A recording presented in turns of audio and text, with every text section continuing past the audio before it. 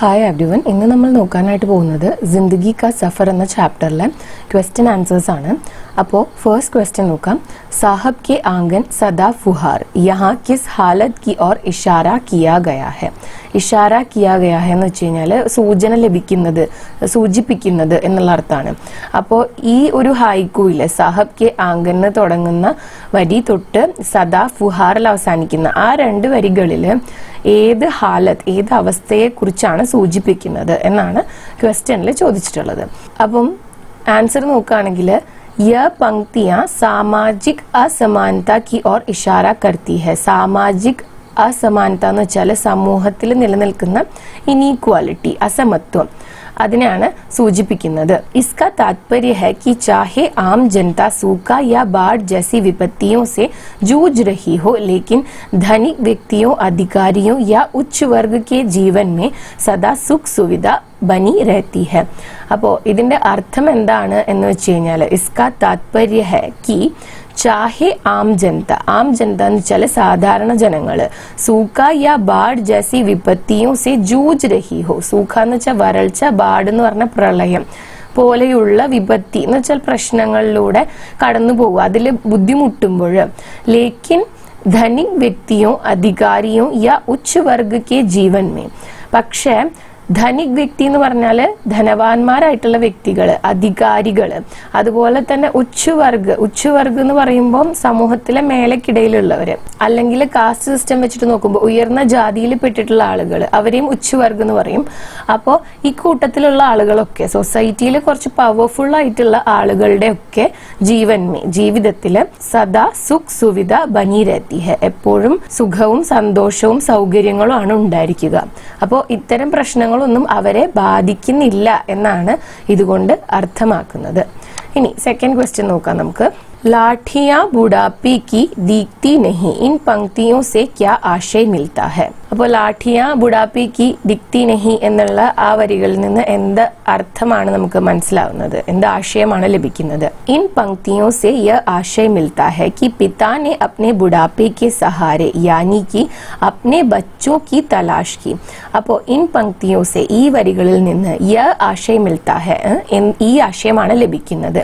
കി പിതാനെ അപ്നെ ബുഡാപ്പെ K സഹാരെ, എന്തെന്ന് വെച്ചാൽ അച്ഛൻ തന്റെ ബുഡാപ്പെ കെ സഹാരെ എന്ന് വെച്ചാൽ വാർദ്ധക്യത്തിന്റെ താങ്ങായിട്ടുള്ള, യാനി കി അപ്നെ ബച്ചോ കി തലാഷ് കി, അതായത് തന്റെ മക്കളെ അന്വേഷിച്ചു. തലാഷ് കർണ എന്ന് വെച്ച് കഴിഞ്ഞാൽ അന്വേഷിക്കുക. ലേക്കിൻ ഉനെ കഹി കോയി സഹാര ദിഖായി നഹി ദിയ, പക്ഷെ ചുറ്റും നോക്കിയപ്പോൾ എവിടെയും ഒരു സഹാര, ഒരു സപ്പോർട്ടും കാണാനായിട്ട് കഴിഞ്ഞില്ല.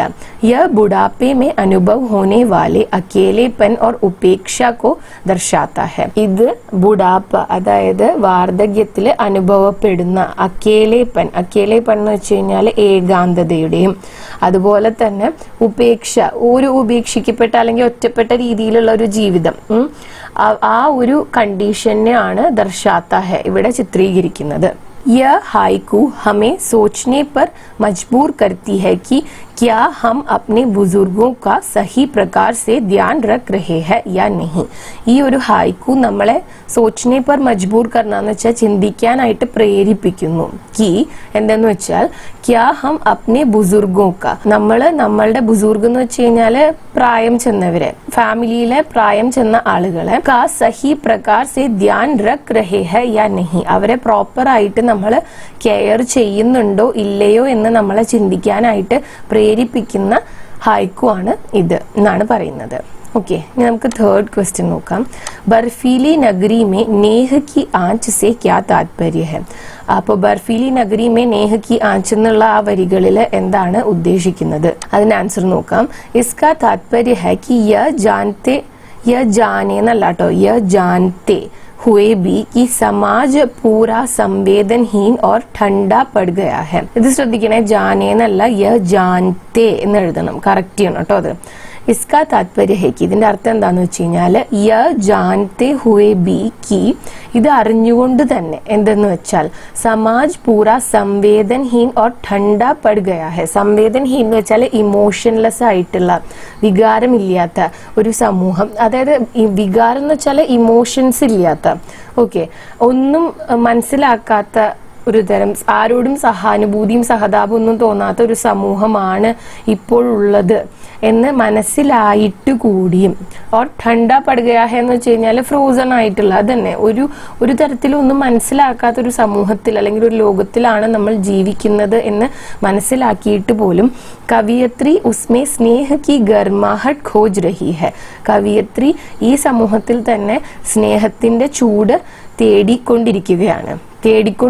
ഖോജ് രഹി ഹെ, ഇപ്പോഴും തേടിക്കൊണ്ടിരിക്കുകയാണ്. മനസ്സിലായിട്ടുണ്ട് എന്താണ് സൊസൈറ്റിയിൽ നിന്ന് നല്ലതൊന്നും കിട്ടാനില്ല എന്ന്. സ്റ്റിൽ ആ ഒരു എന്തെങ്കിലും ഒരു സ്നേഹമോ കരുണയോ സഹതാപമോ ഒക്കെ എവിടെയെങ്കിലും ഉണ്ടോ എന്ന് ഇപ്പോഴും അന്വേഷിച്ചുകൊണ്ടേ ഇരിക്കുകയാണ് കവിയത്രി എന്നാണ് ആ ഭാഗത്ത് പറയാനായിട്ടുണ്ടായിരുന്നത്. എന്നിട്ട് യ മാനവ് സമാജ് മേ ബഡ്തി ഹിംസ ഓർ ഘട്തി ഹുയി ഭാവനാएं और आपसी प्यार को दिखाती है. ഇത് മാനവ് സമാജ് അതായത് ഹ്യൂമൻ സൊസൈറ്റി, ഈ ഒരു സമൂഹത്തില് മനുഷ്യരുടെ സമൂഹത്തില് ബഡ്തി ഹിംസ എന്താണ് കൂടിക്കൊണ്ടിരിക്കുന്ന ഹിംസ എന്ന് പറഞ്ഞാൽ എന്താ വയലൻസ്, ഓർ ഘട്തി ഹുയി ഭാവനാएं और आपसी प्यार. ഘട്ടി ഹുയി എന്ന് വെച്ച് കഴിഞ്ഞാൽ കുറഞ്ഞുകൊണ്ടിരിക്കുന്ന, ഭാവനായി ഇമോഷൻസ്, ഓർ ആപ്സി പ്യാർ തമ്മിലുള്ള സ്നേഹവും അതുപോലെ തന്നെ മനുഷ്യരുടെ ഇമോഷൻസും കുറഞ്ഞുകൊണ്ടിരിക്കുന്നതിനെയാണ് കാണിക്കുന്നത്. ഇമോഷൻസ് എന്ന് പറയുമ്പോൾ ഇവിടെ പോസിറ്റീവ് ആയിട്ടുള്ളതാണ് ഉദ്ദേശിക്കുന്നത്. പണ്ടൊക്കെ സമൂഹത്തിൽ പരസ്പരം അറിഞ്ഞും സ്നേഹിച്ചും ഓരോരുത്തരുടെ ബുദ്ധിമുട്ടുകൾ മനസ്സിലാക്കിയാണ് ജീവിച്ചുകൊണ്ടിരുന്നത്. പക്ഷെ ഇപ്പോൾ സമൂഹത്തിൽ വയലൻസും അതുപോലെ തന്നെ ആരെയും മനസ്സിലാക്കാത്ത ഒരു സെൽഫിഷായ ജീവിതമാണ്. അങ്ങനെ സെൽഫിഷായ, ആരെയും സഹായിക്കാത്ത, ആരെയും സ്നേഹിക്കാത്ത ഒരു സൊസൈറ്റിയിലാണ് നമ്മൾ ജീവിക്കുന്നത് എന്ന് മനസ്സിലായിട്ട് കൂടിയും ഞാൻ ഇപ്പോഴും ഈ സമൂഹത്തിൽ നിന്ന് കുറച്ച് സ്നേഹം പ്രതീക്ഷിച്ചുകൊണ്ട് അത് അന്വേഷിച്ച് അലയുകയാണ്, നടക്കുകയാണ് എന്നാണ് കവിയത്രി വരികളിൽ പറയുന്നത്. ഓക്കെ, പിന്നെ നിങ്ങളുടെ ടെക്സ്റ്റില് വേറൊരു ക്വസ്റ്റ്യൻ കൊടുത്തിട്ടുള്ളത് ജിന്ദഗി കി ചുനൗത്തിയ എന്ന് പറഞ്ഞിട്ടുള്ള വിഷയത്തിൽ ഒരു ടിപ്പണി എഴുതാനാണ്. ജിന്ദഗി കി ചുനൗത്തിയ വിഷയ പർ ടിപ്പണി ലിഖിയെ. ജിന്ദഗി കി ചുനൗത്തിയ എന്ന് വെച്ച് കഴിഞ്ഞാൽ, ചുനൗത്തി എന്ന് പറഞ്ഞാൽ ചാലഞ്ചസ്, ജീവിതത്തിലെ വെല്ലുവിളികൾ എന്നുള്ള വിഷയത്തെ കുറിച്ചിട്ട് ഒരു ടിപ്പണി എന്ന് പറഞ്ഞ ഒരു ചെറിയ പാരഗ്രാഫ് എഴുതാനാണ് പറയുന്നത്. ഓക്കെ, അപ്പം ചെറിയൊരു പാരഗ്രാഫ് ഇവിടെ ഞാൻ നിങ്ങൾക്ക് വേണ്ടിയിട്ട് പ്രിപ്പയർ ചെയ്തിട്ടുണ്ട്. ജിന്ദഗി കി ചുനൗത്തിയ. ജിന്ദഗി മേ ഹർ വ്യക്തി കോ കൈ ചുനൗത്തിയോं का सामना करना पड़ता है. അതായത് ജീവിതത്തിലെ എല്ലാ വ്യക്തികൾക്കും പലതരത്തിലുള്ള ചുനൗത്തിയ, വെല്ലുവിളികൾ നേരിടേണ്ടതായിട്ട് വരും. കാ സാമന കർണ പഡ്താ ഹെ എന്ന് വെച്ച് കഴിഞ്ഞാൽ നേരിടേണ്ടതായിട്ട് വരും. കബി ഹം പढ़ाई को लेकर परेशान होते हैं तो कभी काम को लेकर तो कभी अपने सेहत को लेकर. അതായത് ചില സമയത്ത് നമ്മൾ നമ്മുടെ സ്റ്റഡീസിനെ കുറിച്ച് पढ़ाई को लेकर സ്റ്റഡീസിനെ കുറിച്ച് പരേഷാൻ ഹോത്തെ ഹെ, ടെൻസ്ഡ് ആയിരിക്കും. तो कभी काम को लेकर, പക്ഷെ കുറച്ചു കാലം കഴിഞ്ഞാൽ അത് എന്തിനെ കുറിച്ചായിരിക്കും, ജോബിനെ കുറിച്ചായിരിക്കും. तो कभी अपने सेहत को लेकर, പിന്നീട് അത് എന്തിനെ കുറിച്ചായിരിക്കും, सेहत എന്ന് പറഞ്ഞാൽ ഹെൽത്തിനെ കുറിച്ചിട്ടായിരിക്കും. कभी कभी बिना कारण के दोस्त छूट जाते हैं तो कभी दूसरों से मिला धोखा हमें परेशान और दुखी बनाते हैं. അതായത് ചില സാഹചര്യങ്ങളിൽ പ്രത്യേകിച്ച് കാരണമൊന്നും ഇല്ലാണ്ട് പല ഫ്രണ്ട്ഷിപ്സ് നമ്മുടെ ബ്രേക്ക് ആവും, ഫ്രണ്ട്സ് നമ്മളെ വിട്ടുപോകും. ദോസ്ത് ഛൂട്ട് ജാത്തെ ഹെ എന്ന് വെച്ചാൽ ഫ്രണ്ട്സ് വിട്ടുപോകും എന്നാണ്. തോ കബി ദൂസറോ സെ മില ധോക്ക. പിന്നെ ചില സാഹചര്യങ്ങളിൽ മറ്റുള്ളവരുടെ അടുത്ത് നിന്ന് കിട്ടിയ ധോക്ക എന്ന് വെച്ചാൽ ചതി, ഹമേ പരേഷാൻ ഓർ ദുഃഖി ബനാത്തെ ഹെ, നമുക്ക് വിഷമം ഉണ്ടാക്കുന്ന സാഹചര്യങ്ങൾ ഉണ്ടാക്കും. ഇതൊക്കെ ലൈഫിൽ പല ഫേസസിൽ നമുക്ക് നേരിടേണ്ടി വരുന്ന വെല്ലുവിളികളാണ്. ഇതൊക്കെ പല പ്രായത്തിലായിട്ട് പലരും അനുഭവിക്കുകയും എന്നിട്ട് അതിൽ നിന്ന് പിന്നെ മുന്നോട്ട് പോവുകയാണ് ചെയ്യുക. किसी अपने को अचानक खो देने का दर्द और अकेलापन जीवन में कभी तो सबको സത്തായിക ഹി.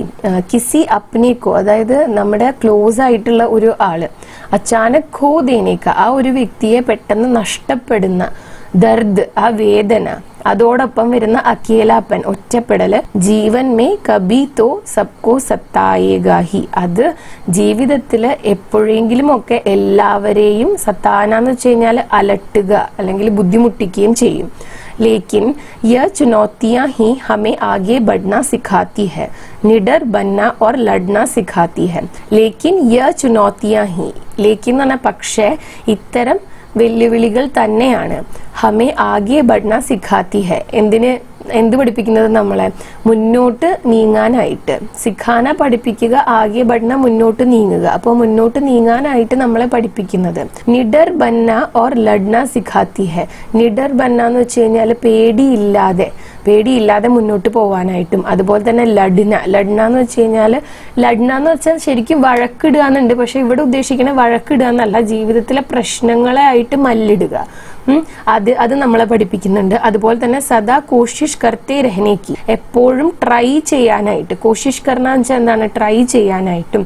അതുപോലെ തന്നെ ഓർ ഹാർ ന മാനേക്ക് സീഖ് ദേത്തി ഹെ, അതുപോലെ തോൽവി സമ്മതിക്കരുത് എന്നുള്ള ഒരു പാഠവും നമുക്ക് പഠിപ്പിച്ചു തരുന്നു. എല്ലാത്തിലും പെട്ടെന്ന് നമ്മൾ ഡെസ്പ് ആവരുത്, തോൽവി സമ്മതിച്ചു കൊടുക്കാതെ ട്രൈ ചെയ്തുകൊണ്ടിരിക്കാനും മുന്നേറുവാനായിട്ടുള്ള പാഠങ്ങളാണ് പലപ്പോഴും ജീവിതം നമ്മളെ പഠിപ്പിക്കുന്നത്. ജീവിതത്തിൽ പല ചാലഞ്ചസ് വരുമ്പോൾ അത്തരം സിറ്റുവേഷനിൽ നിന്നൊക്കെ മുന്നോട്ട് നീങ്ങാനായിട്ട് നമ്മൾ പതിയെ പഠിക്കും എന്നാണ് അതുകൊണ്ട് ഉദ്ദേശിക്കുന്നത്. ഓക്കെ, അപ്പോൾ ഇത്രയാണ് ഈ ഒരു ചാപ്റ്ററിലെ ക്വസ്റ്റ്യൻ ആൻസേഴ്സ് ഉണ്ടായിരുന്നത്. അപ്പോൾ ഇന്നത്തെ വീഡിയോ ഇത്രയേ ഉള്ളൂ. ഈ വീഡിയോ നിങ്ങൾക്ക് യൂസ്ഫുൾ ആയിട്ടുണ്ടാവുമെന്ന് കരുതുന്നു. യൂസ്ഫുൾ ആയിട്ടുണ്ടെങ്കിൽ വീഡിയോ ലൈക്ക് ചെയ്യുക, ഷെയർ ചെയ്യുക, ചാനൽ സബ്സ്ക്രൈബ് ചെയ്യുക. അതുപോലെ തന്നെ നിങ്ങളുടെ സജഷൻസ് എന്നെ കോമെന്റ്സിൽ എഴുതി അറിയിക്കുക കേട്ടോ. Thanks for watching the video.